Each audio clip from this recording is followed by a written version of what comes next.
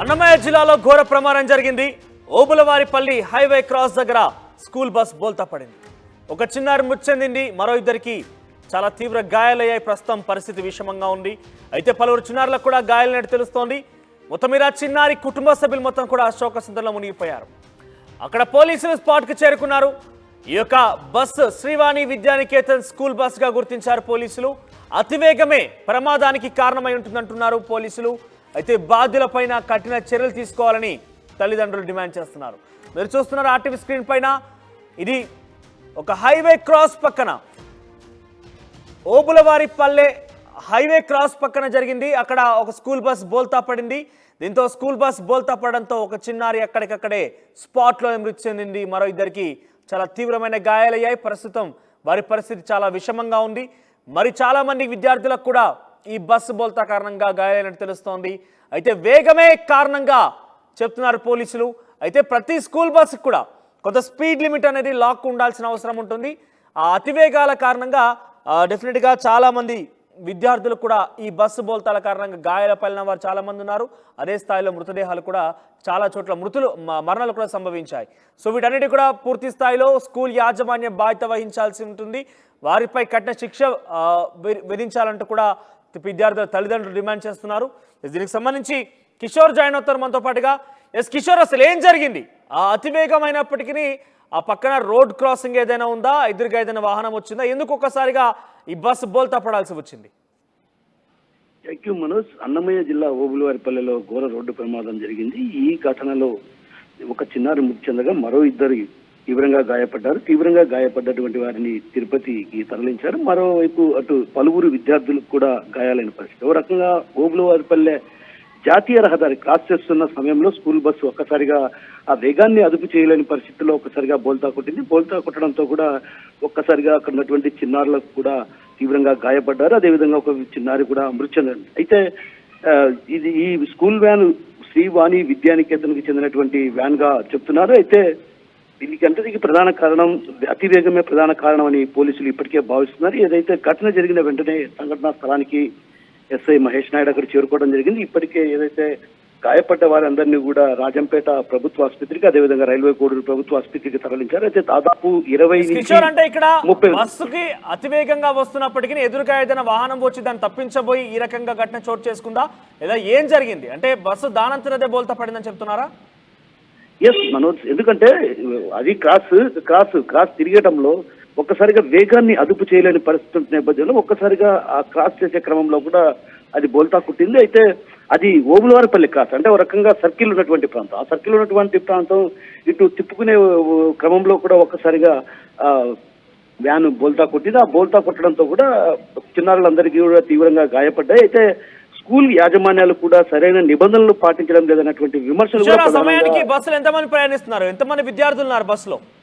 దాదాపు 30 మంది విద్యార్థులు స్కూలుకు వెళ్తున్నటువంటి పరిస్థితి. అంటే ఒక రకంగా పిల్లలందరినీ కూడా పలు ప్రాంతాల్లో ఏదైతే శ్రీవాణి విద్యానికేతన్లో చదువుతున్నటువంటి పిల్లలు ఎవరైతే ఉన్నారో వారందరినీ ఓబులవారిపల్లి, అదేవిధంగా చుట్టుపక్కల ఉన్నటువంటి గ్రామాలకు సంబంధించినటువంటి విద్యార్థులు దాదాపు 30 మందిని తీసుకొని ఆ స్కూల్ వైపుకు వెళ్తుండగా ప్రమాదం జరిగింది. ఈ ప్రమాదం జరిగినటువంటి తరుణంలో కూడా ఒక్కసారిగా కూడా డ్రైవర్ అతివేగంగా ఒక రకంగా క్రాస్ చేయడంతో, అంటే ఏదైతే మలుపు తిప్పే క్రమంలో కూడా ఒక్కసారిగా బోల్తా కొట్టింది. ఆ బోల్తా కొట్టిన వెంటనే కూడా చిన్నారి మృతి చెందడంతో పాటు మరో ఇద్దరికి తీవ్రంగా గాయపడ్డారు. తీవ్రంగా గాయపడ్డ వారిని తిరుపతి ప్రభుత్వ ఆసుపత్రికి తరలించారు. మరోవైపు పలువురు చిన్నారులకు కూడా గాయాల పాలు కావడంతో అటు రైల్వే కోడూరు, రాజంపేట ప్రభుత్వ ఆసుపత్రికి తరలించారు.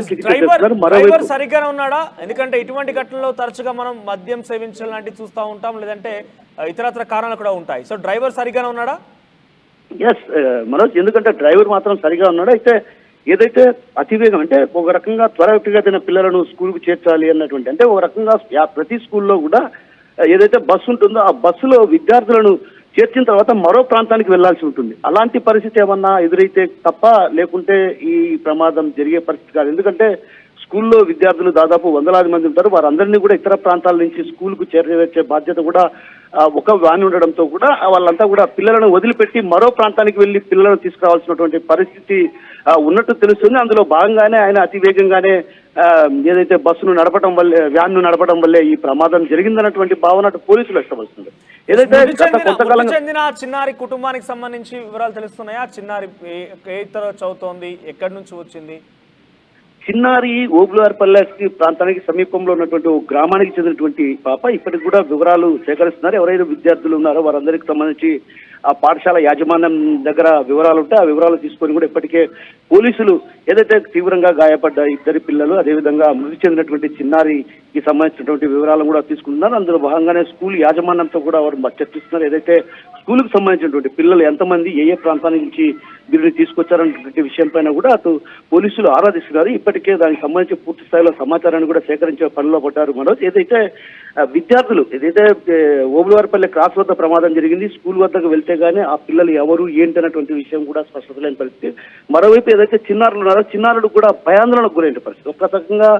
ఒక్కసారిగా వ్యాన్ బోల్తా కొట్టడంతో కూడా చిన్నారులంతా కూడా భయాందోళనకు గురైనటువంటి పరిస్థితి. వాళ్ళు చెప్పలేని పరిస్థితి, సరే కనీసం పేర్లు కూడా చెప్పలేని పరిస్థితిలో ఉన్నారు. ఎందుకంటే ఒక రకంగా అందరూ ఒకరు మృతి చెందడం, అదేవిధంగా ఇద్దరు తీవ్రంగా గాయపడడం, పలువురికి గాయాలు కావడంతో కూడా ఒక్కసారిగా చిన్నారులంతా కూడా భయాందోళనకు గురైన పరిస్థితి. ఈ క్రమంలో ఏదైతే యాజమాన్యాలు అటు నిబంధనలు పాటించడం లేదన్నటువంటి విమర్శలు కూడా అటు తల్లిదండ్రులు చేస్తున్నట్టు పరిస్థితి. ఇలాంటి పరిస్థితుల నేపథ్యంలో ఏదైతే స్కూల్ బస్సు యాజమాన్యాలు కూడా సరైనటువంటి నిబంధనలు, అదేవిధంగా వేగం తగ్గించి వెళ్లాల్సినటువంటి పరిస్థితి. ఎందుకంటే చిన్నారులు బస్సులో వస్తుంటారు కాబట్టి వారందరినీ సురక్షితంగా ప్రాంతాలకు చేరవేయాల్సినటువంటి బాధ్యత అది యాజమాన్యాలపై ఉంది. ఆ క్రమంలోనే అటు ఆ దిశగానే కూడా చర్యలు తీసుకోవాల్సినటువంటి అవసరం ఉన్నప్పటికీ కూడా ఏదైతే స్కూల్ యాజమాన్యాలు రకంగా ఒత్తిడి తేవటం, అదేవిధంగా ఈ పలు ప్రాంతాల నుంచి కూడా విద్యార్థులను ఈ స్కూల్కు చేరవేర్చే క్రమంలో కూడా 2-3 ట్రిప్పులు తిరగాల్సినటువంటి పరిస్థితి. అలాంటి పరిస్థితి నేపథ్యంలో వీటన్నిటిపైన కూడా ప్రత్యేకమైన దృష్టి సారించాలి. అదేవిధంగా ఎవరైతే రవాణా శాఖకు సంబంధించినటువంటి అధికారులు కూడా వీటిపైన ప్రత్యేకమైన దృష్టి సారించాలి. ఏదైతే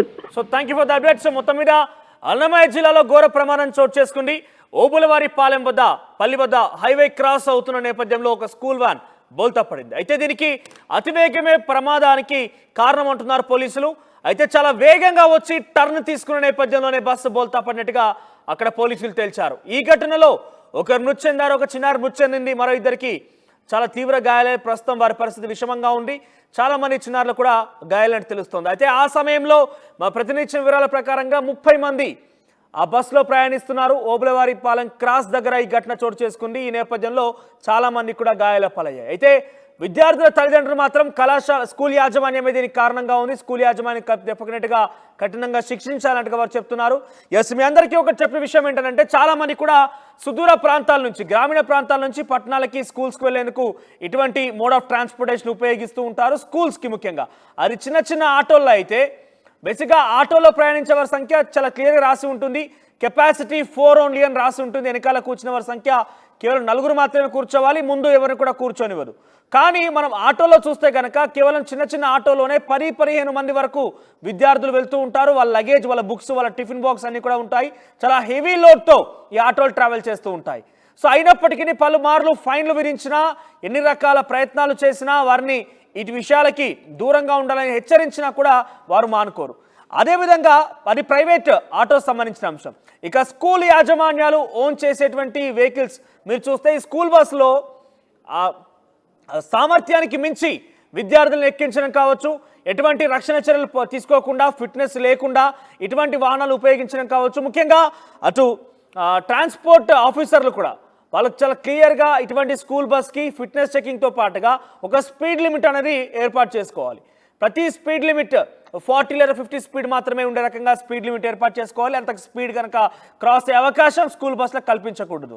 సో స్కూల్ బస్సులు ముఖ్యంగా ఇటువంటి ప్రమాదాలు జరగడం గల కారణం ఒకటి అతివేగం, రెండవది సామర్థ్యానికి మించి ట్రావెల్ చేస్తున్న నేపథ్యంలో విద్యార్థులకి కొంత అక్కడ ఇబ్బంది కలిగించే అంశాలు. ఆ తర్వాత మూడవ అంశం చాలా క్లియర్గా డ్రైవర్ నిర్లక్ష్యం లేదా మద్యం సేవించి ఉండడం. సో ఈ ఘటన జరిగింది అతివేగం. సో అతివేగాన్ని కంట్రోల్ చేసేటువంటి అవకాశం అధికారుల దగ్గర ఉంటుంది. కాబట్టి స్కూల్ బస్సులు ముఖ్యంగా వేగాన్ని నియంత్రించేటువంటి లాక్ సిస్టాన్ని ఏర్పాటు చేస్తే కొంత ఇటువంటి ప్రమాదాల నుంచి మనం బయటపడే అవకాశం ఉంటుంది. అన్నమయ్య జిల్లా ఓబులవారిపల్లి హైవే క్రాస్ దగ్గర జరిగింది ఈ ఘటన. శ్రీవాణి విద్యానికేతన్ సంబంధించిన స్కూల్ బస్సు బోల్తా పడి ఒక చిన్నారి మరణానికి కారణమైంది.